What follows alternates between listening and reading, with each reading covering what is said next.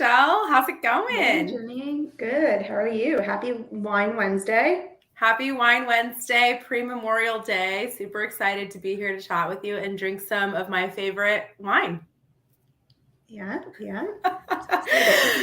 All right, guys, let's get into it. So before we get into what we're going to be talking about in this episode, we're going to talk about the most important thing, which is obviously always the wine. Today we're doing another skin contact orange wine. I know it seems like we're super biased towards orange wine. It's just really hot, so it's a really good go-to crowd pleaser. This one is Love You Bunches. It is coming from Santa Barbara, California, one of my favorite places. If you guys have never been there, it's so romantic. The wine's amazing. Adjacent to the Russian River Valley, all of that is going to be really, really fantastic. Amazing vinification practices. They've been growing forever. So one of the benefits in this wine that I'm obsessed with is it has old vines. We talked about orange wine and what that is on the last time that we talked. So this is going to be a white grape that is left in contact with the skins. This one is a co-ferment of multiple grapes. One is Pinot Gris, which is a really beautiful, elegant white wine if you haven't had it. Not to be confused with Pinot Grigio, which is much sweeter. And then this one is Muscat, which is a really, really floral, aromatic grape that gives the wine a lot of personality. There's also a little bit of Gewürztraminer in this one, which gives it even more roundness. It's super refreshing. They've been doing, the producer here is Stoltman Vineyards, and they've been doing orange wine in California since before it was trendy. So they make a really, really classic, clean wine. It's beautiful, one of my favorites, highly recommend. And hope you guys are drinking something yummy. Yeah, perfect. Well, as you all could see, I did my homework this week. Actually went out and bought it. And as Jenny says, this is delicious. It's definitely going to be one of my staples for the summer. And then definitely going to repurpose this bottle because it's so cute. It'd be so cute with flowers in it. Also, sidebar, Michelle and I, it's funny because I looked up like producers that distribute to New York City and Austin because unfortunately we can't get together every week. And I picked out like 6 or 7 bottles of wine and we still had a hard time finding one that we could both find together. So we will be doing more due diligence on that end and I'm super excited for it. And we'll also make sure that we tell you guys on LinkedIn what our wine of the week will be so you guys could join in. That is absolutely happening next time. Promise. Scout's honor. But before we get into the topic, let's do our rose and our thorn from last week. Michelle, what was last week's thorn and last week's rose? Either way you want to put it, depending on your mood. Yes. So I'm going to start with my rose because my thorn kind of leads into it. But my rose was I completed my 6th half marathon in Brooklyn. Yay. I got through it. At times it was very difficult and I was questioning myself, but had to push through that mental block there. And I finished, but my thorn was probably about like at mile 10, it started downpouring. Oh no. And yeah. It started downpouring. And unfortunately I caught a little cold after. And so kind of my like thorn to the end of the week. But overall it was a good week. Well, I'm proud of you for doing that. And again, if it started raining, I would have been like, nope, that's it. I'm good. So resilience, you guys. Fun. I don't know about you, but well, kind of like the cliche, like, like going out and like running in the rain or going out and dancing in it. And it was actually like kind of like freeing and motivating at the same time. There's something romantic about a rain shower, right? Yeah. Getting caught in the rain. It's in like every chick flick you've ever seen in your whole life. Yeah. How about you? Amazing. What's your rose and thorn for the week? Okay, so my rose from last week, I don't know, I guess it's an El Nino year. So it has been raining a lot here in Austin as well. So we've had way more rainy days than we typically do this time of year. But last Sunday, it was supposed to rain, but it only rained for a little bit. And my husband and I and a couple of friends got to go out on the lake, on the boat. And it was just like a very relaxing, overcast day. So no sunburn to speak of. I love being on the water. And it's actually scientifically proven to just make you feel better and release endorphins. So that was amazing. Definitely my rose for last week. Kind of leading into my thorn as well, similar to what you were saying. I kind of created havoc last week, which is hilarious given the topic that we're talking about today with work-life balance. I had a crazy work week. I worked way too much, way more than I normally would. And that is in preparation for, I'm going to Mexico for Memorial Day. Ooh, that sounds fun. I know. So you know what? Every rose has its thorn, as they say. So just because I had to work a lot last week, I'm going to super enjoy myself because I did all the work that was necessary to prepare myself. But it's no fun when you're doing it. Yes, no, it is. And that's awesome. I love how like your rose and thorn are about our topic this week. I know, right? So that's a perfect segue, you guys. So we are going to be talking about work-life balance, you guys, and we're going to give you guys some tactical tips and tricks that can give you insight as to why it's important, how to achieve it, and also how to still continue to level your business up or whatever it is that you're trying to achieve in your life at the same time. There are so many tricks of the trades and tools that we can use. So we wanted to just dive right in. I know Michelle is super excited to talk to you guys about an article that we discovered shortly after choosing our topic for the week. Yes. So I don't know if many of you saw it, but Bill Gates actually came out. Well, actually, he made his commencement speech about this topic at Northern Arizona University. And it was actually funny. So Jenny and I were collaborating on what topic are we going to do. And we saw this article and we were like, this is one of our topics, let's do it. And especially wanting to, like, right before, the unofficial start of summer, to bring you guys some tips and tricks on that work-life balance. So I'm just going to point out a few points in the article that he made. And as you know, he dropped out of college to start Microsoft, which is amazing. And it paid off. Exactly, it paid off. And one of the quotes that he said in the article, which I love, is you are not a slacker if you cut yourself some slack. And what he did, over time was kind of reflect back to his early years in starting Microsoft and kind of realize that he was a workaholic. He would work weekends. He never took a vacation. He actually micromanaged his employees. So he would make them work really long hours. And it actually was funny. So he was saying that he would stare into the parking lot and see who would leave early and who was staying late. And I know if I had a boss like that, I would be like so freaked. Sounds like the best boss ever. Exactly, right? Red flag, red flag, red flag. Exactly, red flag. I don't want to do it. But now, after reflecting, he is now promoting, taking breaks and not micromanaging your employees so much. And he's actually seen that they've been more productive and it's helped them with their work-life balance and they're much more happy. And he also ended off with the article saying that there's more to life than work. And it's always good to take a moment, and have some fun. And while he was able to do that, he found out that he had more time to foster new relationships, learn new crafts in his thing. So that actually helped him in his business. It was all worthwhile.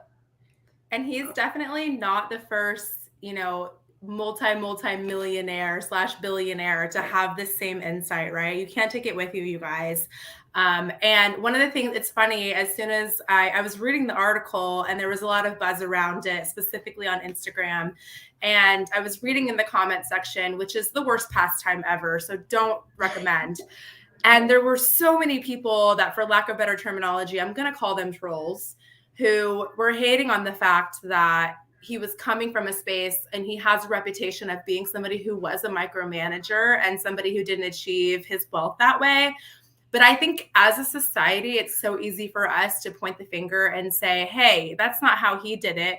But isn't it okay for us to let somebody have a more evolved opinion after they've done some reflection? Like, he has been there, done that, and we should definitely be taking what he has to say with a grain of salt, especially in a culture that we live in right now with burnout. And there's a difference between having burnout and doing things proactively to make sure that you're not staying in a burned out state and being lazy, right? We don't have to be on opposite ends of the spectrum. So I just found that to be really interesting. And it was such a timely article in light of what we're talking about. And I think too, going into Memorial Day, so many times, how many times have you guys been in a situation where you're like, oh, I have a short week. So then you kind of mentally check out before you should. Oh, yeah. if you have these tips and tricks, you can put yourself in a position to really, be ready for it and still enjoy both. And I think that's something that Michelle and I wanted to share with you guys today, because both of us have employed these, and we're not perfect. There's definitely been times where, we've had to go back to the drawing board and be like, wow, we are doing this not well. So totally agree. with that being said, I'm just going to kind of dive right into some of our tactical tips. The first one, and we're going to talk about a lot of books because I love reading, and I think that getting advice from somebody else puts you in a better position. So definitely make sure that you're using the resources that you have available to you. You don't have to reinvent the wheel. The first book I actually don't have with me, so Michelle is going to raise it up for you guys to see. And we'll post these books for you guys later so that you have all the resources. This book is called Eat That Frog. If you're not familiar with the premise of this book, he talks about procrastination and how it's normal. Every human procrastinates, even successful people. I know that it has a really negative connotation, and a lot of people say that you should avoid it. But in reality, it's human nature. You're going to procrastinate. There's going to be things that you don't want to accomplish or don't want to do in the moment. So what this book talks about is tackling those things first. Eat That Frog is taking the biggest mountain that you have in front of you on your to-do list, or however it is that you're organizing your productivity, and doing that first, even though it sucks. Because if you continue to put it off till later in the day or later in the week or what have you, you're not going to get it done. So this is something that I've employed in my business, in my personal life. And I think Michelle does the same thing. I do everything that I don't want to do as early as possible. No, me too. I am definitely more productive in the morning. I know if I put it off, like in the afternoon, it's like, oh, it doesn't get done. No, and I mean tomorrow, and then right. There's always another tomorrow, right? Exactly. But honestly, you guys just get it done. Like, you will feel so, I don't know for me, it's so cathartic to check something off the box. That book was super helpful. It's a short read. It's really good on audio, and it really invigorates you to kind of take steps to actually proactively do that and get the stuff that you need to get done first, because then it leaves you so much room to do all the other things that are on your list that you'll never get to otherwise. So I think Michelle was going to talk to us a little bit about time blocking. Yes. So another effective strategy that I know I have found, and I believe Jenny uses it as well to help manage your time effectively, is using time blocking. So what this is just basically creates like an hour-to-hour schedule throughout your day where you know what you're working on. And it's used primarily to break up your tasks and prioritize what needs to get done during the day. And like Jenny was saying before, I know I do that. I leave my most important tasks that I need to get done in the morning, so I know that they get done.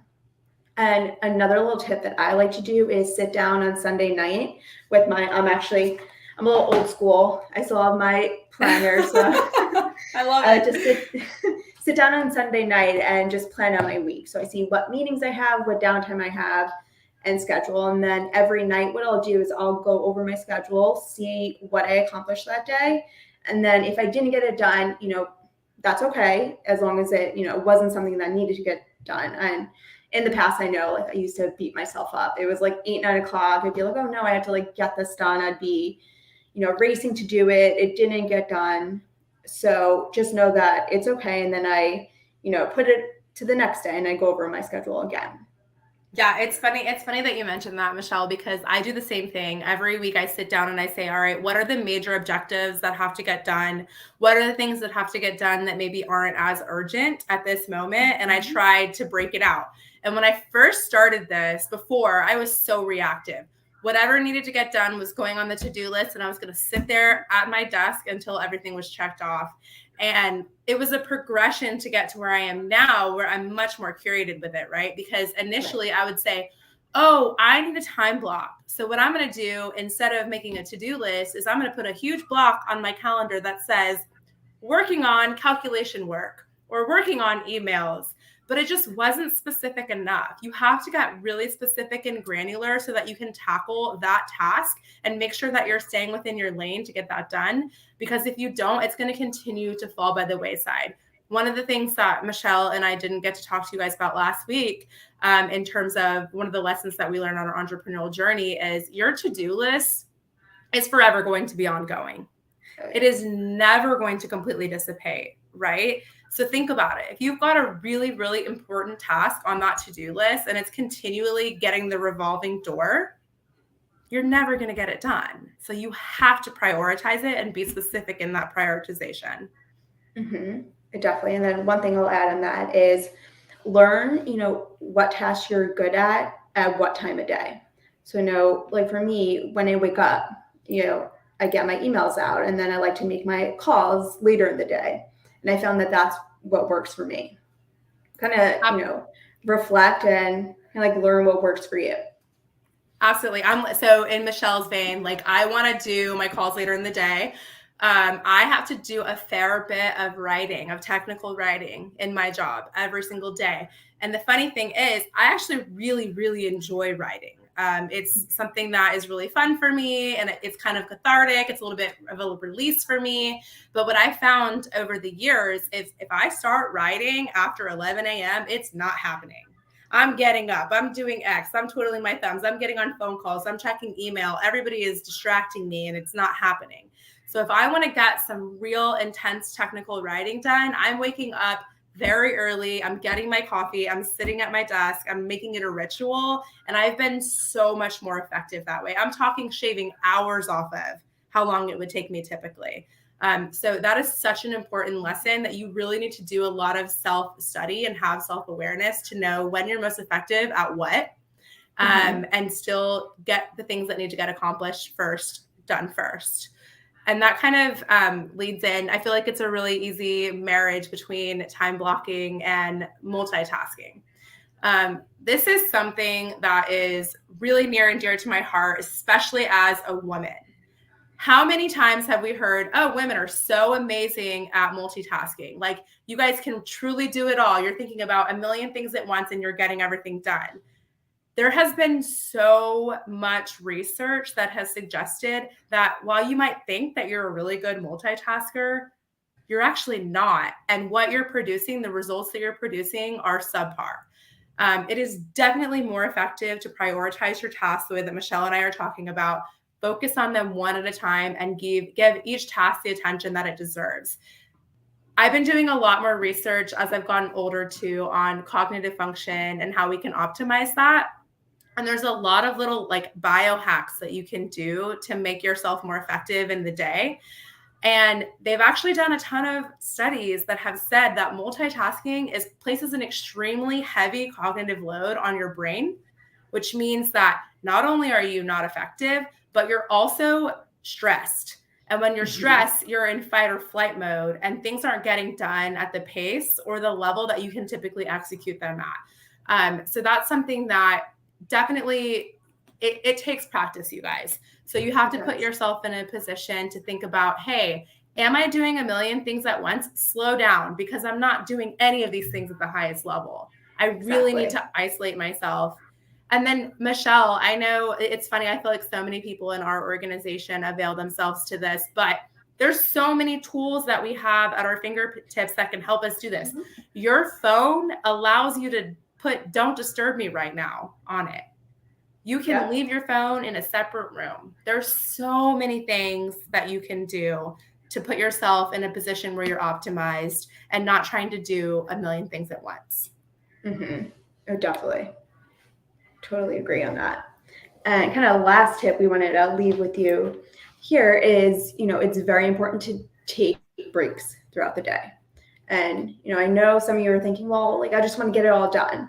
But I found that if I don't take breaks, then I'm not, working at my highest capacity. So one thing that I like to do, and, I'm very grateful and thankful that my job allows me to do this, is kind of take a midday walk. And that helps me so much. I go do a little walk or run and get those endorphins kind of flowing, come back, and I actually find that I'm more productive after that. And, I could work a little bit longer. I'm also a midday walker as well.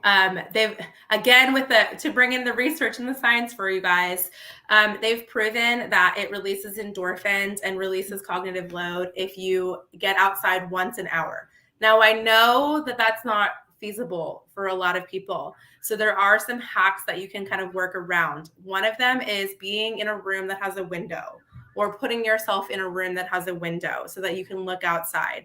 Honestly, we are just humans that are on this earth that are trying to acclimate. So if you put our bodies in stressed situations or stressful situations, we're going to react accordingly. Being outside, being in nature, getting, that release is really good for us. So if you can't accomplish that, there are other things you can do, like getting up once an hour and taking a little lap around your house or your office or what have you. Just make sure that you're doing everything you can to do that. Another thing, kind of in the break or downtime that I love to do is scheduling downtime. I never used to do this, especially when I started my entrepreneurial journey. I would say, oh yeah, like, because I'm an entrepreneur, I have all this opportunity to have flexibility in my schedule. Well, the fact is, the opposite is also true. Because you're an entrepreneur, you can take what you're doing and run away with it and never have any flexibility. So you have to be concerted about putting time in place for you to rest. I recently signed up for a strategic coach, and honestly, I've only been to one session and I already got my money's worth. One of the things that they talk about in that session is breaking up your days into 3 categories. The first is a focus day, where essentially you're getting your work done. You are going to town to make sure that you're achieving your objectives. The second one is a buffer day, and that's more administrative, project management, emailing, scheduling, making sure that things are moving along.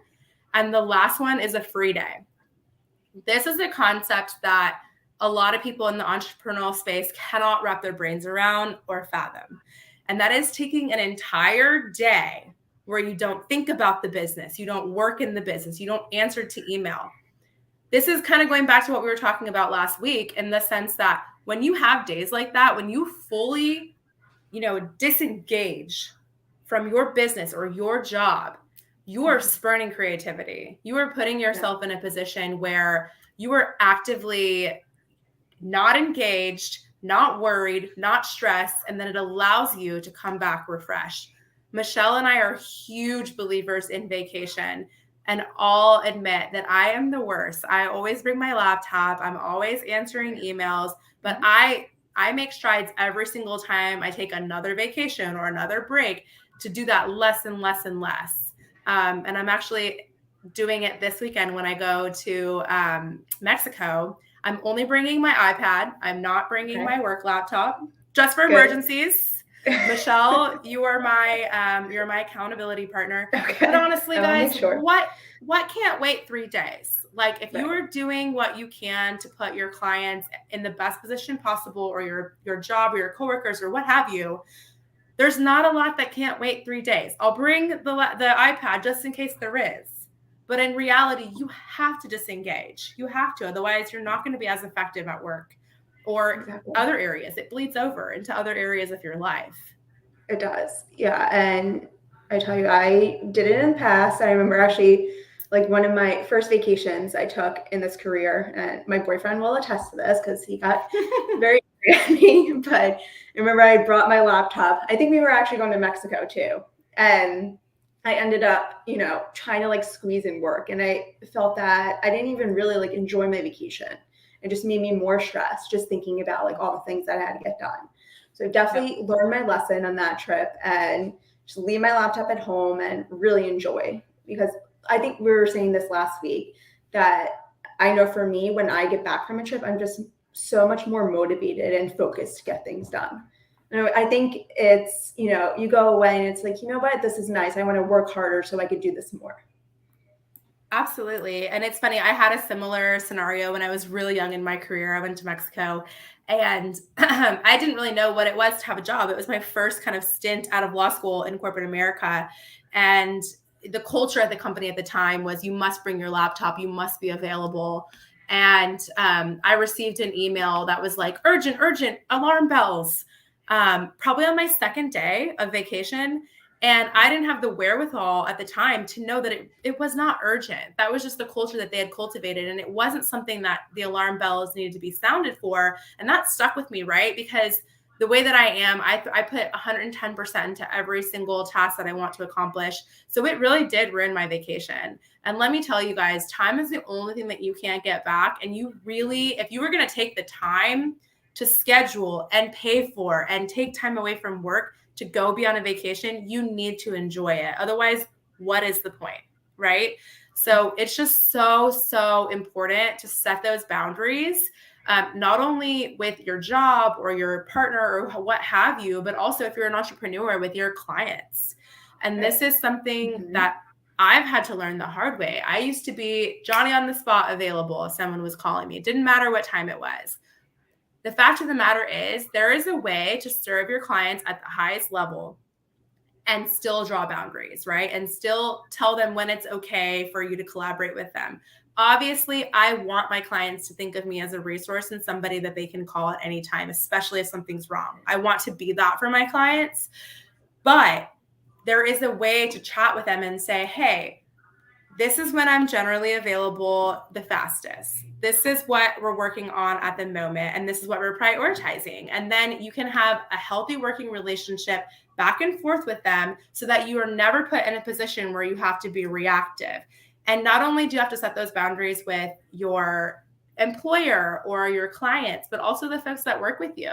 You want to set yourself up for success. And so it's really helpful if Michelle and I are working together on something, if I tell her, hey, I'm going to spend 7 a.m. to 9 a.m. every single day this week doing some really hard writing, concerted work. I would appreciate it if you have a question for me, if you can wait until after 9 a.m. and then we can chat about it then. Those conversations seem so scary in our head, but they're so much easier to have than you think. They are. They really are. And just a little venture off of that. And like, I know, especially during COVID, it's been really hard. Well, in the beginning of COVID, it was harder, but just setting boundaries also for yourself when you're working from home to deal with your personal life. And, I like in the middle of the day, I would be like, oh, let me go do some laundry or go clean my kitchen because I know it's like right there. But I've had to set boundaries to, for myself saying, no, Michelle, and this is where time blocking comes in as well. And it's like, no, you are at work, you're getting your work done, that could wait. Yeah, it's funny that you mentioned that because literally up until about a month ago, I was very similar with that. I was noticing that it was creeping into my life. Laundry, what have you, right? I recently cultivated a dedicated workspace in my home. That is my office. And I am only in my office when I'm working. I never hang out in here. I'm never doing anything other than work in here. And I have found drawing that boundary for myself has really helped because work from home can bleed over, right? You have everything you need right there. You could be making dinner with your husband or your wife or what have you. And then all of a sudden a client's emailing, you're back into the spot where you're doing work. And that's not healthy. That's why so many people are proponents for going into the office. But if you can create a dedicated workspace, for me, that has been infinitely helpful. And it allows you to separate in your brain where is work, where is play, where is family, etc. And you have to do that for yourself because we're all just reacting to the same thing, right? So that's been paramount for me. And then also kind of like leading into another, aspect of time blocking. I know Michelle and I both use a lot of technology as tools to help us with that as well. So I don't know if you wanted to share a little bit about some of the tools that you've used. Yeah. So even though, I have my planner and more pen to paper kind of girl, I still use, Calendly and just make sure my clients are scheduling through that. So I do also use like my Google Calendar and I make sure that's synced up to Calendly and that, I block my time out. So after say 7, 8 p.m. at night, not taking any more meetings or that's my downtime and focus time. That's one resource I used to like to use. And then another, kind of pros and cons about this one, I think, is ChatGPT. And in our world, if it's used to its advantage, I think it could really help us. And especially, giving us different ideas that maybe we haven't thought about. And then also our to-do list. And I know Jenny does this. I know I do. I have Post-its all over the house, but I, write down, like I was saying, like every night before I go to sleep, I look at my schedule for the next day, see what I have to get done, write it down on my to-do list, and prioritize from like 1 to 10 what needs to get done, and I number 1 most important, 10 least important. Yep. 2 tips. And then I know another one that Jenny uses is Canva. So if you Yeah. want to go into a little more about that. Yeah. So it's funny because technology right now is just constantly evolving, right? Like if it has a capability this week, it's going to have another one next week. And one of the things that I really love about Canva is obviously a lot of people use Canva for social, and you can create graphics from scratch. You can use your branding. It's really good for, providing a brochure for people, a backdrop, but there's also a tool in Canva that allows you to schedule out all your content posts for the week or whatever it is that you're trying to accomplish. So there's just so many automations that you can avail yourselves to as a business owner or as an individual, what have you. Technology is your friend. We have come so far, and there are so many things that you can integrate into your life to make it easier. It's funny because I feel like it's taking delegation to a whole new level, right? Because there's so many things like, what does Calendly do? It schedules meeting for us. That used to require manual back and forth. So, and there's a lot of tools that do that. So it's just something to think about if you find yourself kind of doing menial tasks over and over again and you're losing time to it. There's something more valuable that you could be doing. I personally am very obsessed with delegation, learning all about it, learning more about it, because that's what's going to give you the time and space to level up and do the things that only you can do, and also provide you with less stress, right? Because typically the tedious things that take forever are the things that cause us the most stress. And then I wanted to share with you guys a couple, and we'll link with you. We'll link these later. Some of my favorite books on delegation. The first one is Let It Go. This is by Emily Morgan. This is like the delegation Bible, you guys. Like anything that you want to know about delegation is in this book. And I think a lot of times as humans, we tend to overcomplicate things. She really breaks it down for you tactically and simplifies the process of delegation and how you can use it in your life no matter where you're at. So I love that one. The other book I've already talked about with you guys is definitely Who Not How. Despite how type A you are not the end all be all. You cannot do everything. There are other people on this planet who can help you. And this book is amazing for breaking that down. And then lastly, this book is it's so special to me because I think that I read this book, The 4-Hour Workweek, by Timothy Ferriss. I read this book ages ago. Like, I think I was like fresh out of law school and I was like, 4-Hour Workweek, that sounds great. Let's see what that's about. Yeah. And there are so many tips in here kind of before their time, to be honest, that talk about how you can delegate, how you can put yourself in a position to be doing things that are only for you, and how to stop getting in your own way when it comes to these things. Stop making excuses. There's so many things that you can avail yourself to where you no longer have to make excuses. So those are my favorite books that I've read regarding delegation. I also recently hired an executive assistant to do the tasks that were really detracting. It's funny, Michelle was talking earlier about doing laundry and just being at home and doing things with life. And I found that during the day, people were calling me about insurance or my mortgage or just things that really, it started to add up where it was taking up a lot of the workday. And I realized I don't have to be fielding these calls. I don't have to be sending these emails. Somebody else that is way better equipped at it than I am can do this for me. So I've been collaborating with my virtual assistant, and it's been the most amazing experience because I no longer have to stress or worry about any of those things. And it's helped me, with burnout too. Mm-hmm. Yeah, definitely.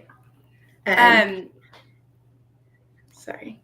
Go ahead, Michelle. I didn't mean to cut you off. No, you're fine. You're fine. So our last topic we want to talk about is work-life balance post-COVID. And I know Jenny wants to, so we're both going to take kind of like a different side of the fence here. So I know Jenny is going to talk about some cons that go with it. I'm going to talk about some pros, from working from home. So, Jenny, if you want to start us off with some cons, and then I'll lead us off on a good note. Yeah, for sure. It's so funny because I have been working from home forever. However, that doesn't mean that once it was mandated, there wasn't a different take on it from my perspective. I think the number one con of working from home is the lack of community and being around people in person and being able to collaborate with them. Obviously, we have, again, so many tools and technology that allow us to bridge that gap, but it's just not the same. And I've really, really, really been enjoying getting back in person, going to events where I'm actually, shaking people's hands, meeting with them, collaborating with them. That's been amazing. The other con from working from home, I've already touched on a little bit, and it's that there is no separation, right? So if you are somebody who is a productive person and who likes to get stuff done and who likes to get ahead, working from home is challenging because there is no getting off work, leaving the office, kicking your shoes off, sitting on the couch, grabbing a glass of wine and unwinding. You literally, like, I've had times in my, previously where I looked at my computer and it was like 7:30 p.m. and I hadn't moved. And I was like, okay. And that was like a direct result of working from home, right? Because you just don't have that same awareness.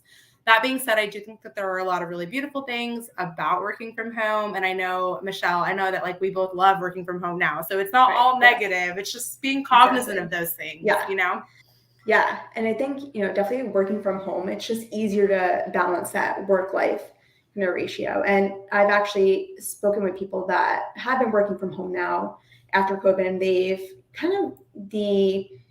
been saying the same different things. I don't have to commute now to the office. That's maybe like an hour to 2 hours back my time. Why do I have to be in an office for 8 hours a day? I get the same amount of work done, in my own time, 6 hours maybe, when I'm working from home. Then also, kind of like you were saying, I know it is nice to be around a community of people, especially in our industries. That's so important. When I talk to other people, see what's going on, but there's less distractions also that come with it. And, especially when I was in an office, I know if I would see somebody in the hallway, I'd stop and talk to them. And then that could lead into like 10, 20 minutes of your time. Yeah. So to speak. So there's, less distractions, I like to say, like at the water cooler. Yeah, 100%. I mean, and then you can, honestly, it's just ensuring, like, one of the things from, we listened to Jay Shetty's podcast about work-life balance, which is great if you guys want to check that out.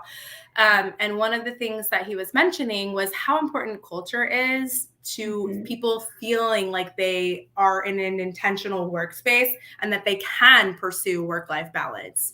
I think it's of the utmost importance to work with people who share the same values as you and who want to cultivate a culture of collaboration, because then it allows you to feel empowered to put some of these things into practice at a much better rate than you would otherwise. So these are just some things that we wanted you guys to think about. Obviously, there is so much out there in terms of work-life balance. It's a really hot topic right now. A lot of people are talking about it. I just want everyone to, be aware of the fact that it's not just buzzwords, right? Like, these are real things that we need to do to avoid burnout, because burnout is extremely real. And the longer that you're making a concerted effort in whatever field it is that you're pursuing, or even if you're just at home, you have to have these tips and tricks to make sure that you're not doing that to yourself, because we're all in this for the long haul. And we all want to put ourselves in a position where, we look down the road and we're like, okay, I have, maybe I don't have balance, but I have harmony, right? And that's all that we can hope for.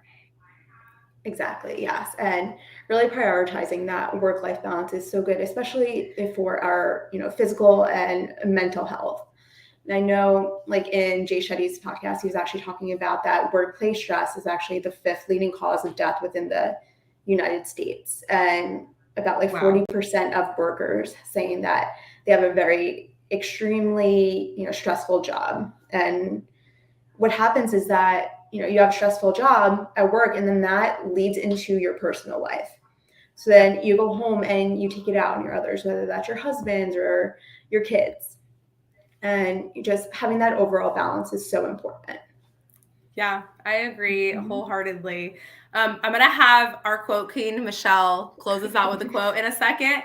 But before she does that, We are very excited. Next week, we have a very special guest, Erin Scacerza, and she is a real estate agent here in town. She's going to be chatting with us about vulnerability and how it applies to not only her personal life, but her business as well. And she is just a gem of a human. I'm so excited for you guys to meet her. You're going to fall in love with her like I did. And I promise you guys, we will let you know what the wine is prior.